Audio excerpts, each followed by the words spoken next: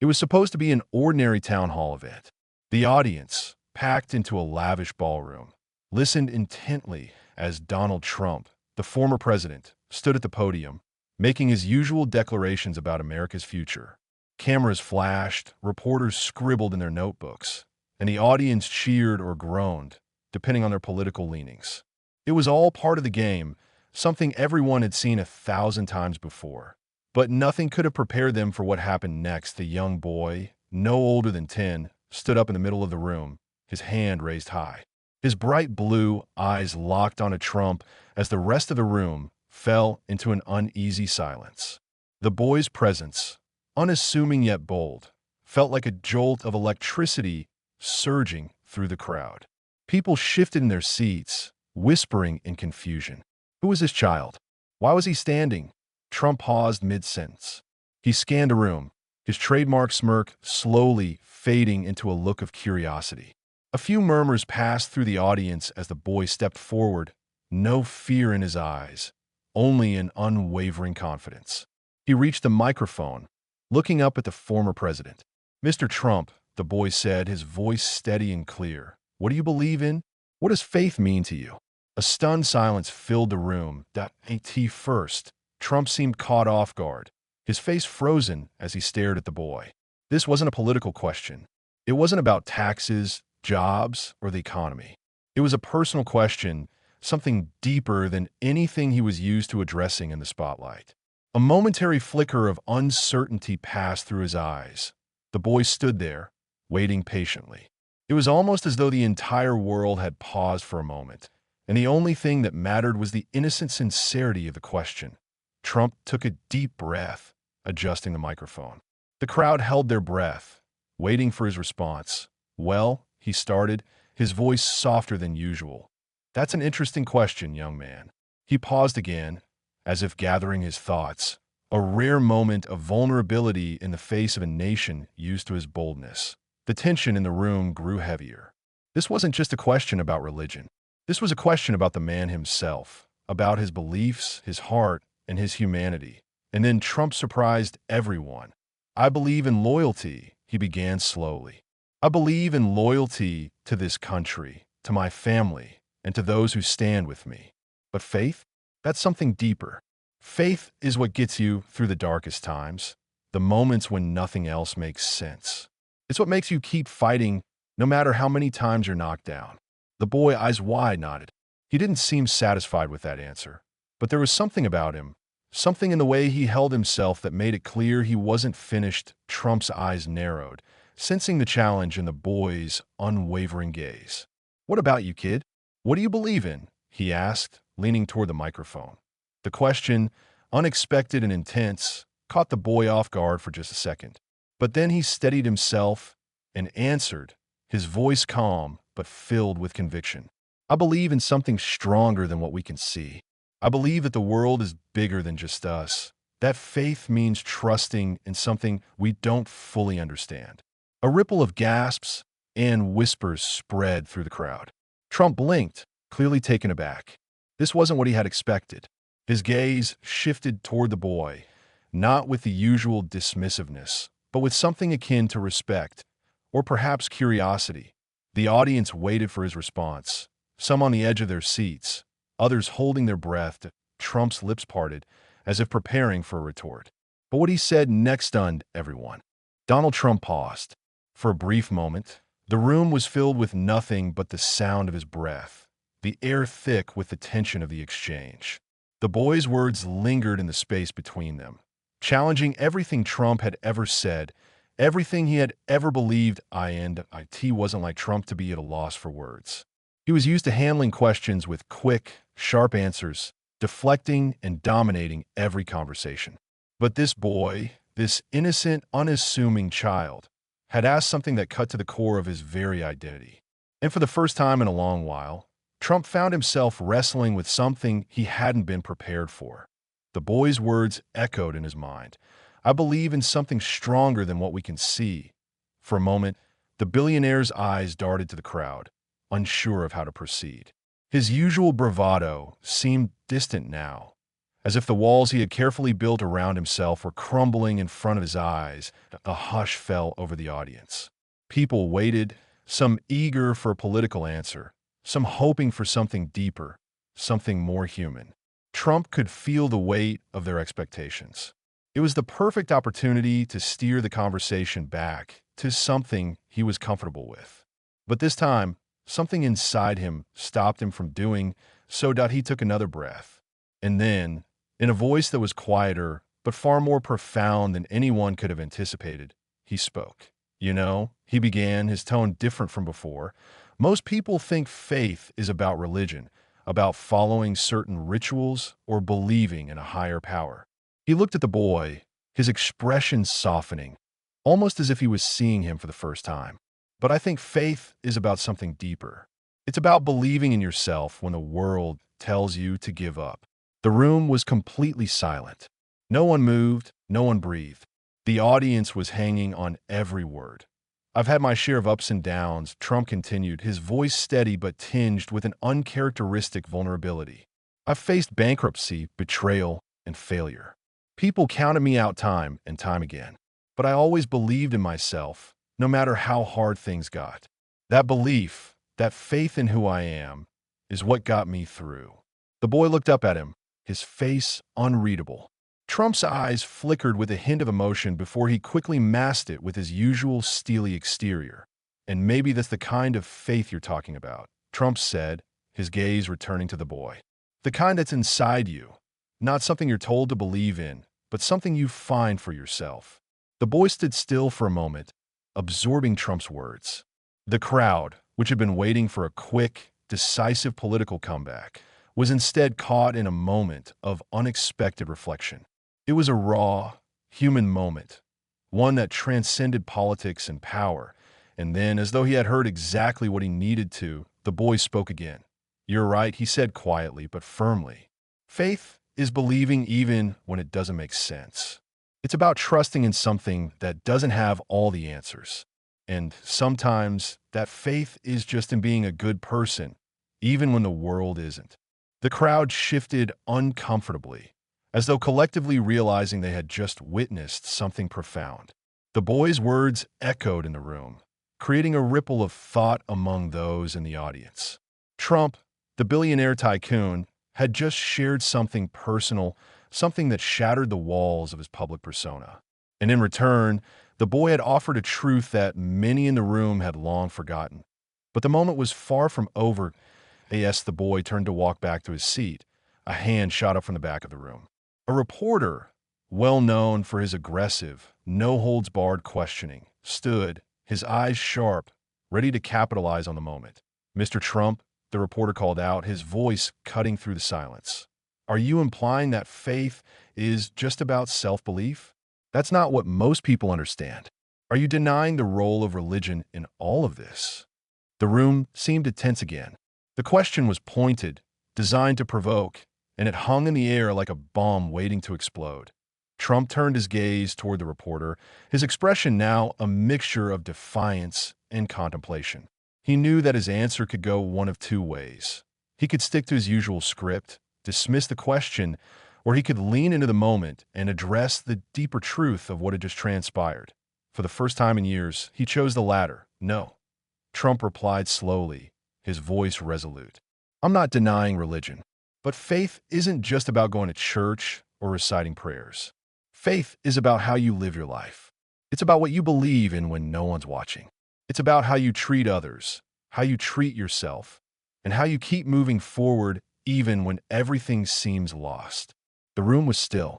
The reporter blinked, seemingly caught off guard by the answer. The audience, too, seemed unsure of how to respond. But something had shifted. The air in the room was thick with the weight of what had just been said. The boy, still sitting in the front row, turned back to look at Trump. There was something almost sacred in that moment. The billionaire's words had touched something deeper, not just in him, but in everyone who had heard them. And just like that, everything had changed. The room was now a battleground of divided thoughts.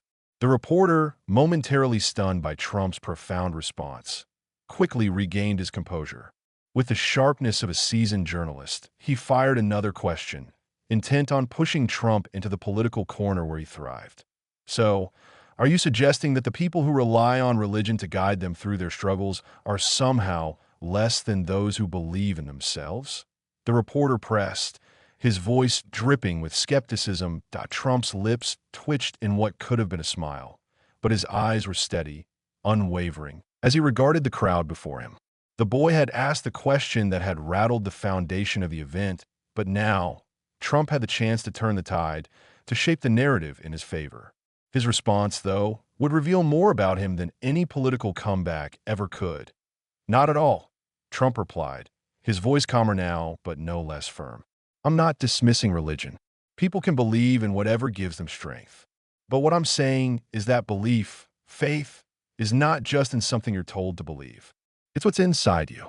It's what you rely on when all the rules and structures around you fall apart.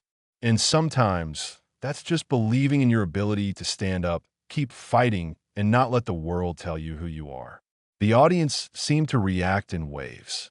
Some nodded, accepting his words as a version of truth they could get behind, while others shifted uncomfortably in their seats.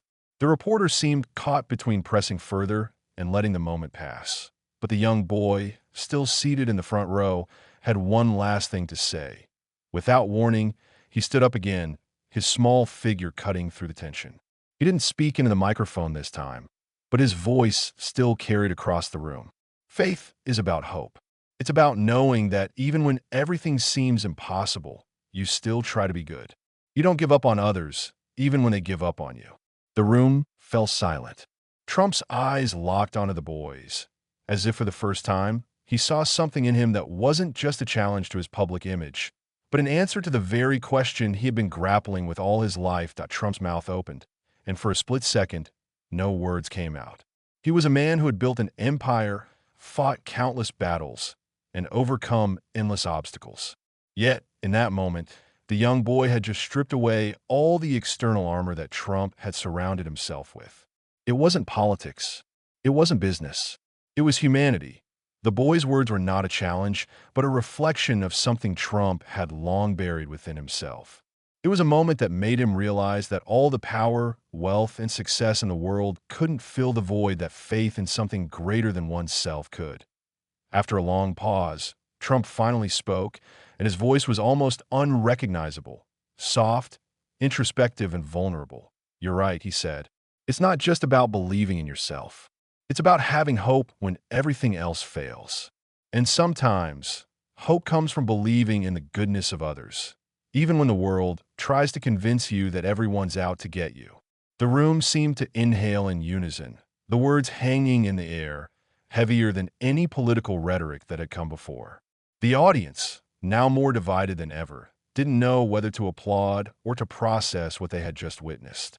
Trump had opened a door that few had expected, revealing a side of him that most had never seen. The boy smiled gently, as though he had gotten exactly what he came for.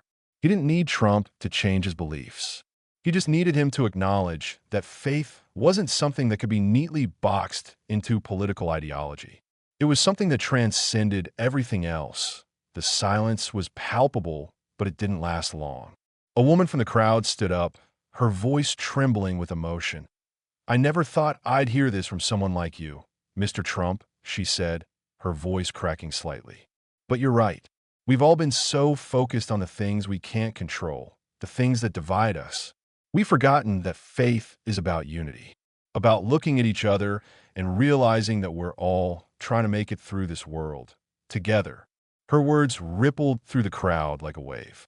One by one, others began to stand up, sharing their thoughts on faith, belief, and the deeper connection they felt to each other, to something greater than politics, power, or wealth.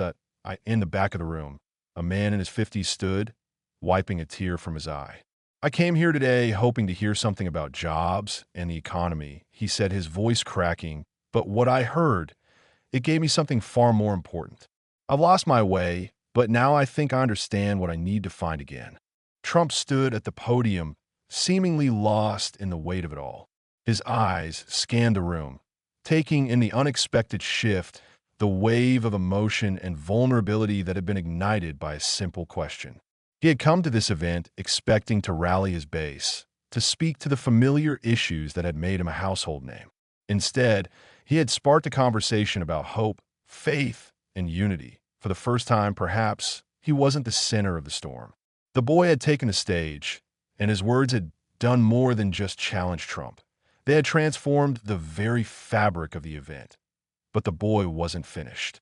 The young boy's words had ignited something in the room, something deeper than anyone could have expected.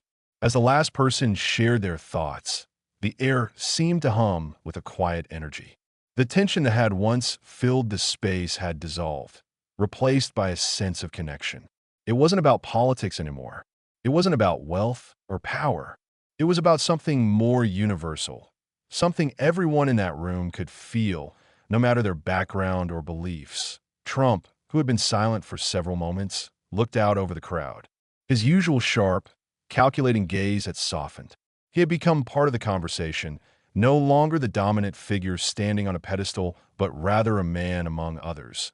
Searching for answers just like everyone else, he cleared his throat, and as he did, a new calm settled over him. It was as though the boy had unlocked a door inside him, one he hadn't known existed. "I don't think I ever understood faith quite like this," Trump admitted, his voice measured, but his words heavy with reflection. "I always thought it was about being strong, about winning. But maybe it's about finding peace in the uncertainty, in the struggle, and knowing that you're not alone." The audience was still. No one moved, no one interrupted.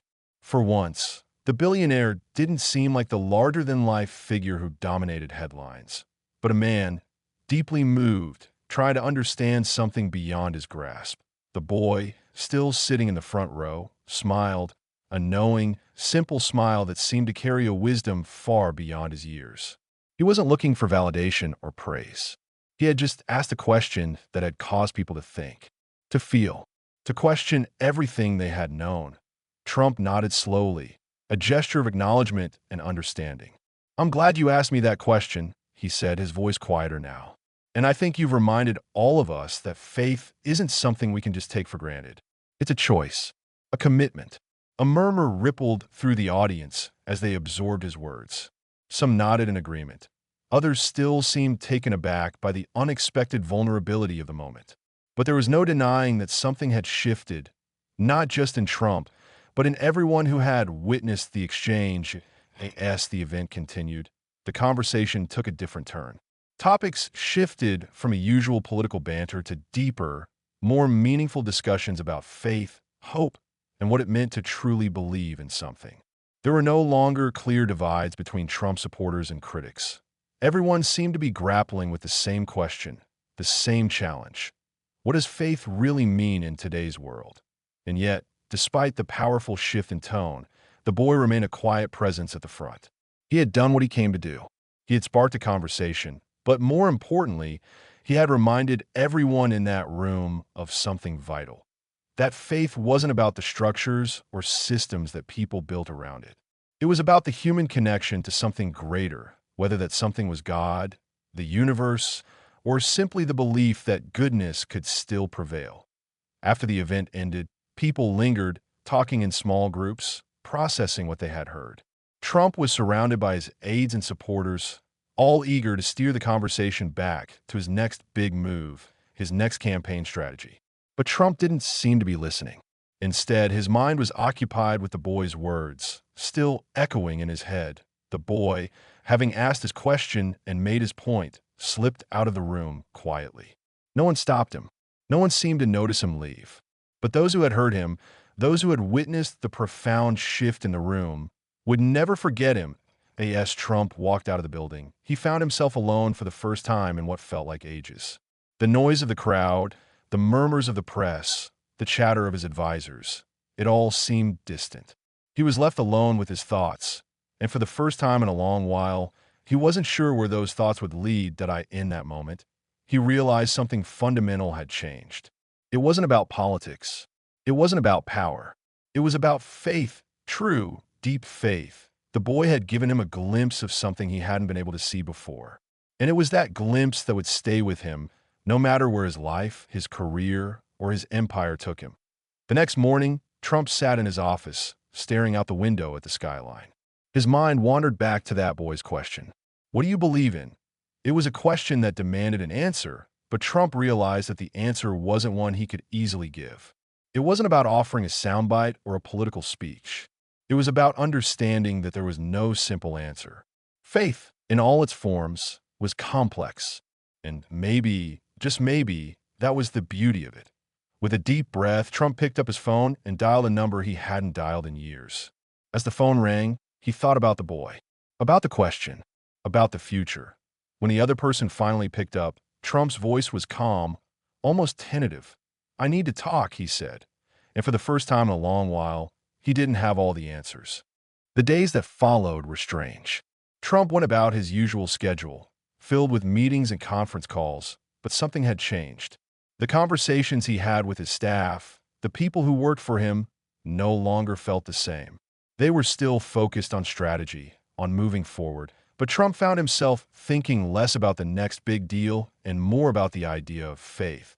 The boy's question and his unexpected answer. He had spent years cultivating an image of being indomitable, a man who could overcome any obstacle through sheer willpower and ambition. But that night, as the boy's words echoed in his mind, Trump began to wonder if there was more to life than success and power. Could faith, in some form, be a strength that wasn't just about control? Could it be a source of comfort, an anchor in the tumultuous sea of his world? The thought persisted, nagging at him until it began to shape his actions in subtle ways. For the first time in years, he decided to take some time away from the public eye. It wasn't an announcement. It wasn't something he made known to the press or his supporters. He simply needed space, time to process everything that had happened, and, most importantly, to reflect on that boy's question point one evening. As Trump sat alone in his study, he found himself staring at an old photograph. One from the early days of his career, when everything was still a challenge, when he had nothing but ambition to guide him. His younger self seemed so sure, so confident in his path. Yet, looking at the photo now, Trump couldn't help but feel a twinge of doubt. How much of his life had been driven by an insatiable hunger for success? And how much of it had been missing something that mattered just as much, if not more? His mind drifted back to the boy, his quiet courage, his simple yet profound words. Faith is about knowing that even when everything seems impossible, you still try to be good. You don't give up on others, even when they give up on you. The words weighed heavily on Trump. They made him wonder if he had truly been good. He had built a legacy, amassed wealth, and led his country. But was that enough? Was there a deeper purpose to all of it? In the midst of this internal struggle, an unexpected message came through, one that would push him even further along this path of introspection. It was from the boy. Mr. Trump, I just wanted to thank you. You answered my question in a way that I never expected. I know you're busy, but I hope that one day you'll see the strength in faith the way I see it. Trump read the message several times. Something about it struck him deeply. The humility, the lack of expectation. The boy had no agenda, no desire for recognition or praise. He simply wanted to share something that had changed his life, and in turn, it had begun to change Trump's. The message stayed with him as he continued his days of reflection. He began to spend more time reading. Not the business books that had always filled his shelves, but works on spirituality, faith, and philosophy. He started with simple books on the power of belief and hope, then moved on to deeper subjects, contemplating the idea of faith in all its forms, whether religious, spiritual, or simply the faith in humanity. One night, as he sat in his study reading a book on faith, the phone rang. It was one of his aides, calling to discuss the next big event on his calendar. But Trump, feeling a newfound sense of clarity, made a decision. Cancel everything for the next few days, he said, surprising the aide. I'm going on a retreat. The aide, used to Trump's unpredictable nature, didn't question him. He simply acknowledged the request and hung up that Trump's retreat wasn't to a luxurious private island or a five-star resort, but to a small, quiet cabin in the mountains. It was far from the hustle and bustle of his usual life, the endless meetings, the media attention. It was a place where he could be alone with his thoughts, away from the demands of the world. There, in the stillness of the mountains, Trump spent the next few days reflecting deeply on the boy's question, on his own life, and on the strange, almost mystical shift that had begun within him.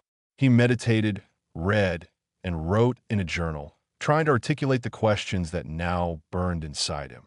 What was faith to him? Was it something he could build, or was it a gift, something that had to be nurtured within? And perhaps most importantly, how could he live a life that was more than just about the next big win, the next victory? How could he embrace a life that acknowledged uncertainty, vulnerability, and the deep need for connection? By the end of the retreat, Trump felt lighter, not in the way he expected after relaxing by the pool or enjoying luxury, but in a way that came from facing the unknown. He realized that faith, in its most fundamental form, was about trust. Trust in something greater than himself, but also trust in the people around him, trust in the possibility of change. The next week, when he returned to his office, he wasn't the same man who had left. He was quieter, more reflective. He didn't feel the need to dominate every conversation with his usual bravado or forceful personality. He found himself listening more, questioning more, and for the first time in years, he felt like he was truly seeing the people around him, not as tools to further his goals, but as people with their own dreams, struggles, and hopes. And as the weeks passed, the ripple effect of that night, the boy's question, continued to shape Trump's life in ways he couldn't have predicted. He didn't publicly announce any great spiritual awakening or transformation. He didn't need to. His actions began to speak louder than words, that he spent more time engaging with people, listening to their stories, and in some cases, even offering help in ways he hadn't before. He began to understand that true strength came not from imposing his will on the world, but from connecting with others, from showing empathy, and from believing that change was always possible. One day, several months later, Trump found himself back at an event, this time speaking to a crowd, not about business or politics, but about something deeper, about faith, hope, and the power of belief. Sometimes, he said, addressing the crowd, we forget that the greatest strength comes not from our success, but from our ability to believe in something beyond ourselves. To have faith, not just in ourselves, but in the goodness of others, in the world's ability to change. And in that moment, as he stood before the crowd, Trump realized that the boy had given him more than just an answer to a question. He had given him a new perspective on life, one that would shape his path for years to come.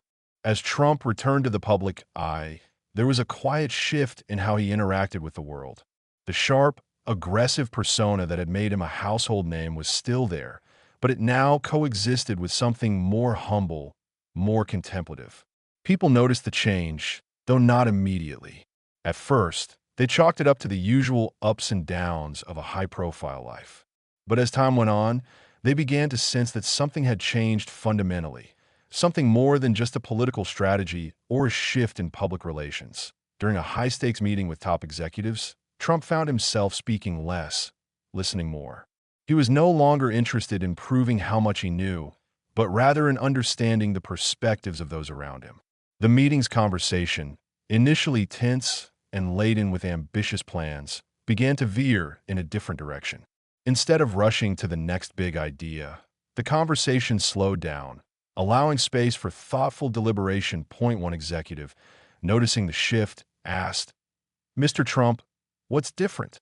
You seem different."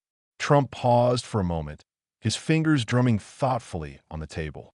Maybe it's the realization that the greatest plans and ideas don't come from being the loudest in the room. They come from understanding the hearts of the people in the room. It was a simple response, but it left an impression. The other executives exchanged knowing looks, some nodding in agreement. They knew Trump had always been an effective leader, but now there was a new depth to him, one that didn't need a shout to be heard. But Trump's change wasn't just evident in meetings or business dealings. It extended to his public appearances. One of the most unexpected moments came during a televised press conference. As usual, he took the stage with the same commanding presence, ready to address the media and deflect questions with his usual rhetoric. But this time, something was different. That a reporter, eager to get a headline, asked the typical aggressive question aimed at forcing Trump into a defensive position. The room fell silent, expecting the usual back and forth, a war of words, a battle for dominance. But instead of reacting with the usual fiery retort, Trump simply paused, his gaze sweeping over the room. "I'm not going to answer that question in the way you expect me to," Trump said, his voice calm but firm. "Instead, I want to tell you something I've been thinking about a lot lately." The room went still. Reporters shuffled in their seats, their pens at the ready, unsure of what would come next. Trump took a deep breath. "I've spent my entire life focused on power, on success, on winning," he continued. "But recently, I've come to realize that it's not enough. It's not enough to just be right, to just be strong. There's something more that matters." The crowd was stunned. This wasn't the Trump they were used to, the defiant, unshakable figure who thrived on controversy. This was something more personal, more vulnerable. "I've learned that we're all searching for something beyond ourselves," Trump said, his voice steady. "And for some, that search leads them to faith. It leads them to the belief that there's a purpose bigger than us, something that guides us, keeps us grounded.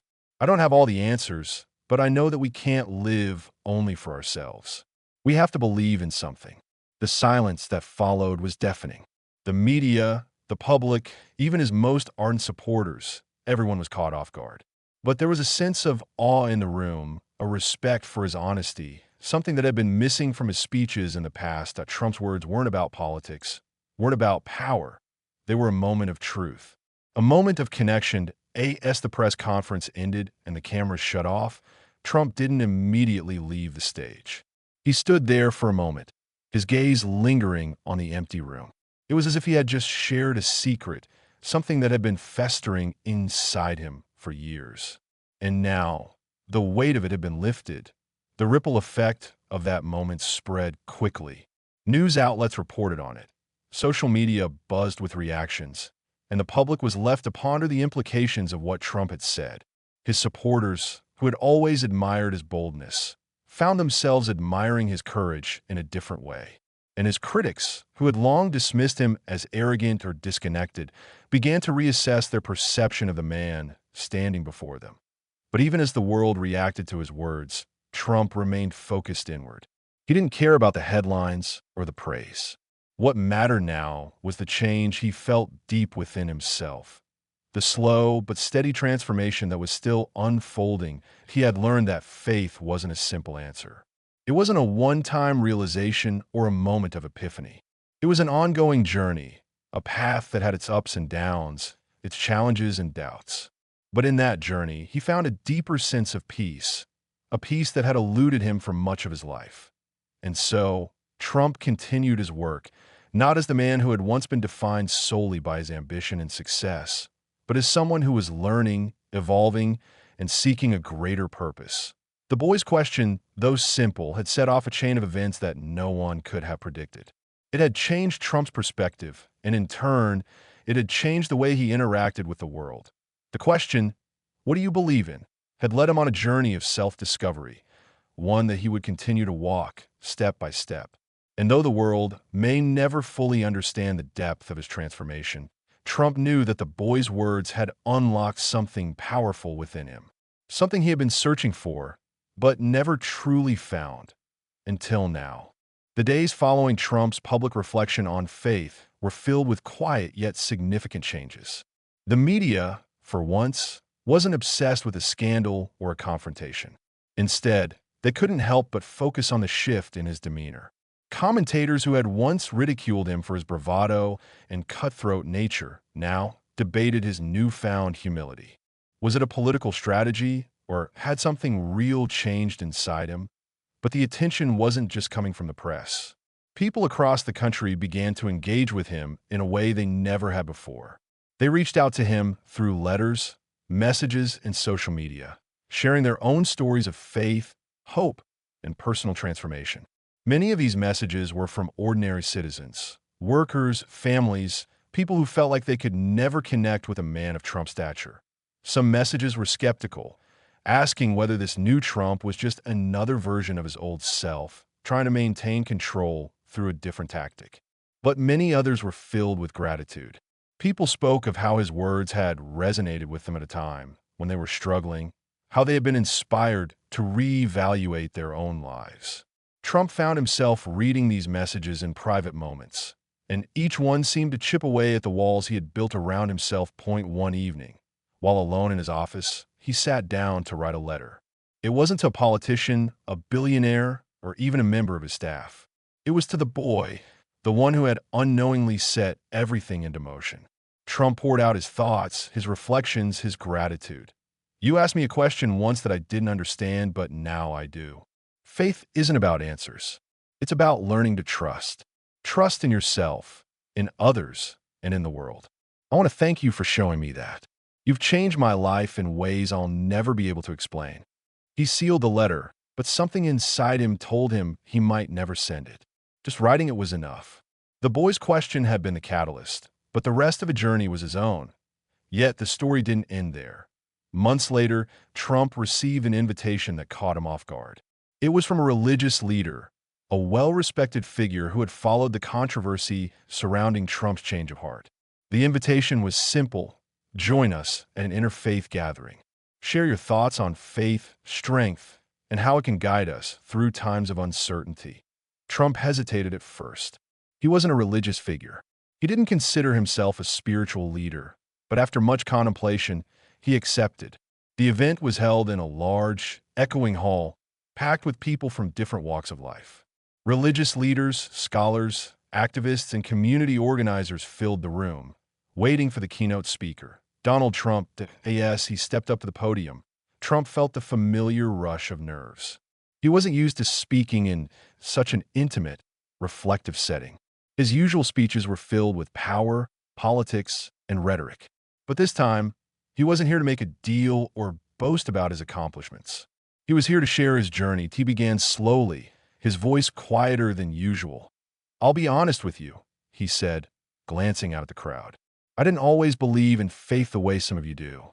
I didn't understand it. I was too focused on the world's definition of success: money, power, achievement. But something changed. A question was asked of me, and it forced me to confront my own beliefs. And what I realized was that true success isn't about what you achieve. It's about who you become along the way. Faith, for me, is about trust. Trust in something bigger than ourselves, and trust in the goodness of the people around us." He paused, letting his words settle into the room. The crowd, silent and attentive, hung on every word. This was a different Trump than they had ever seen, a man who was willing to stand before them, vulnerable and open, admitting his doubts and his journey toward understanding.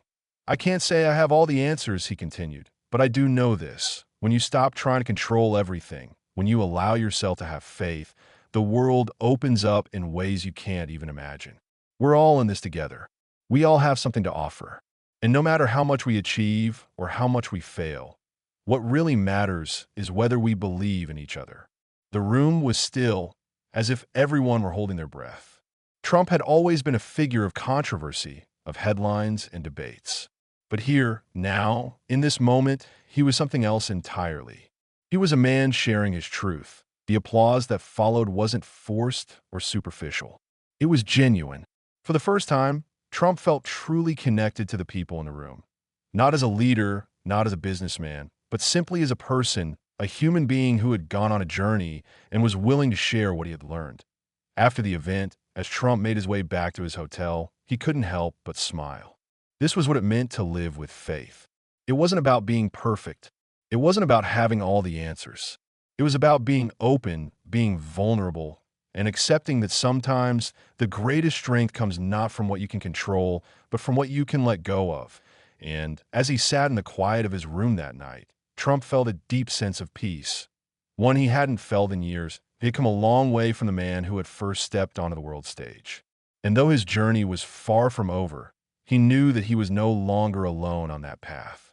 Trump's appearance at the interfaith gathering became a turning point not just for him, but for many who witnessed it. The news coverage was extensive, and people from all corners of the country were talking about it. Social media exploded with reactions, some supportive, some skeptical, but all acknowledging that Trump had done something unexpected. He had shown vulnerability, humanity, and a willingness to embrace something greater than himself. For many of his followers, the moment was a revelation. The man they had supported for his boldness and brashness was now revealing a different side, a side that sought deeper meaning and connection. This wasn't the Trump they had voted for, but perhaps it was the Trump they needed to see. It was as if, in that room full of strangers, Trump had found a new purpose, a purpose that went beyond just politics or wealth. One woman, a mother of three, shared a post that resonated with many. I followed him for years, but today I saw something different. He's not just a businessman or a former president. He's a man who's looking for something more, just like the rest of us. Maybe that's the kind of leader we need. But for Trump, the true test wasn't the praise or the criticism. It was the personal change he felt deep within himself. He found himself seeking quiet moments more often. He meditated in the mornings, something he had never considered before. He spent time with his family, not just in a superficial way, but in a way that allowed him to connect on a deeper level. The true impact of his words came when people from all walks of life reached out to him, thanking him for showing them that faith could be part of their lives too. Some were skeptical at first, but as time went on, many began to see a man who was more than just the sum of his past actions. They saw someone willing to grow, to evolve, and to embrace a new way of thinking. Months passed, and the ripple effect of Trump's speech continued to be felt across the nation. Churches, community centers, and even businesses began to invite him to speak, not about politics or power, but about faith, personal growth, and how to overcome struggles. One such invitation came from a small town in Ohio, where the local church wanted Trump to speak at their annual faith-based conference. The town had been struggling economically for years, and the people there were looking for hope. When they heard that Trump had agreed to visit, the town was buzzing with anticipation. Trump arrived with no entourage, no fanfare. Just him, his thoughts, and the desire to connect. The church was packed, the air thick with expectation. People had come from all over, some skeptical, some hopeful. They were ready to see if the man who had once been a symbol of power and wealth could truly speak to their struggles. Standing in front of the crowd, Trump felt the familiar nerves creeping in. This wasn't a press conference or a rally. This was something different. He was no longer speaking to the masses to prove a point. He was speaking to individuals, people who were seeking guidance. That he took a deep breath and began, "I know many of you have heard a lot of things about me. Some of them true, some of them not. But today, I'm not here to talk about my past. I'm here to talk about what's ahead, what we can build together with faith as our foundation." Trump shared the story of his transformation, the questioning, the doubts, the moment when he realized that success wasn't just about winning. It was about connection, about being part of something greater than yourself. I can tell you, the world doesn't need more leaders who claim to have all the answers. It needs people who are willing to listen, to learn, and to grow. We need to be open to faith, to trust, and to the idea that we don't have to have everything figured out to make a difference. By the time he finished speaking, the room was silent, but the air was electric with energy. People were looking at him not as a political figure or a businessman, but as a man who had gone through his own struggles and come out the other side with something valuable to offer. As Trump left the church that day, he was met by a line of people waiting to speak to him. They weren't asking for favors or business deals. They were thanking him for showing them that change was possible, even for someone like him. That transformation wasn't just for the average person. It was for everyone, no matter their past. As time went on, Trump continued to speak at events focused on faith, personal growth, and community building. But his journey wasn't just about public speeches. It was about what he did in his everyday life. He became more involved with charity work, not just in name, but in action. He wasn't just writing checks or holding fundraising events. He was showing up, rolling up his sleeves, and getting to work. The Trump Foundation, which had once been a subject of controversy, began to shift its focus. Instead of just making donations, it started programs that help people in need, offering educational opportunities, job training, and mental health resources. Trump himself was hands-on, visiting the people who benefited from the foundation's work, hearing their stories, and offering his support. One day, as he sat down to meet with a group of young adults who had been helped by the foundation, One of them asked him the same question the boy had asked him months earlier. "What do you believe in?" Trump smiled, this time without hesitation. "I believe in second chances," he said. "I believe in redemption, in the power of faith to guide us when we don't know where to go. I believe that no matter where we come from, we can all change. And I believe that the greatest thing we can do in life is to help others find their way." It was a far cry from the brash, bold businessman who had first entered the public eye. But Trump was no longer trying to prove anything. He had found something deeper, something more fulfilling. And in that, he had discovered a new sense of purpose, a purpose that would continue to drive him, not just for his own legacy, but for the good of others. As Donald Trump's journey continued, something unexpected began to unfold. It wasn't just the people he met at faith-based events or even the public recognition of his transformation. It was the way his words had begun to affect the young people who listened to him. High schools and colleges across the country started inviting him to speak, not as a politician or former president, but as someone who had found his purpose later in life and was willing to share that experience. Teachers and administrators were stunned by the impact he had on students. In his speeches, Trump didn't talk about success in traditional terms. He didn't speak of power or money. Instead, he talked about overcoming doubts, learning to trust, and believing in the power of change. At a speech at a university in Michigan, Trump found himself face-to-face with a group of students who had grown up idolizing him, but for entirely different reasons. They saw him as a figure of wealth and authority, but now they were hearing something entirely new, a message about redemption, about the possibility of personal growth, and about faith. One young man, who had grown up in a troubled household, approached Trump after the event. "You've changed," the student said, his voice filled with both awe and uncertainty. "You've shown me that there's more to life than just making money. I thought I had to be like you to be successful. But now, I don't know. You've made me think differently." Trump, who had never before been known for his empathy toward others, found himself at a loss for words. This wasn't the reaction he had expected. He had always been the man who gave the orders, who built empires, who commanded respect. But here, in this moment, he was not a titan of industry. He was just a man who had made mistakes and had learned from them. And this young man, this student, had seen that and was perhaps for the first time in his life considering a different path. It wasn't just the students who were affected. Teachers, parents, and community leaders started to see Trump in a new light. He wasn't just a political figure with a controversial past. He was someone who was evolving, someone who had stepped outside the narrow box he had once lived in. And that, in turn, allowed others to do the same. As months turned into years, Trump's transformation deepened. But there was no grand final moment, no single event that marked the end of his journey. Instead, it was a slow and steady shift, one that required consistent reflection, humility, and a willingness to embrace failure and imperfection. He continued to travel, speak, and engage with people from all walks of life. His speeches became less about his own experiences and more about how others could find their own path toward growth. He began to prioritize listening, really listening to people's stories. He spent less time speaking and more time asking questions, allowing others to share their struggles, triumphs, and beliefs. But the most profound change happened when Trump returned to the boy who had started it all. The boy was no longer young.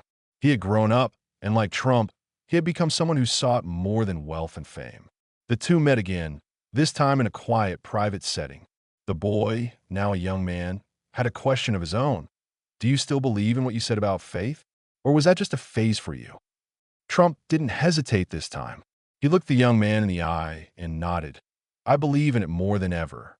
I don't have all the answers, but I have faith that there's always room to grow. Faith isn't about being perfect.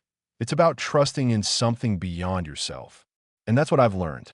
The real power in life comes from that trust. It's not about money, power, or success. It's about believing that you can change, that you can be better."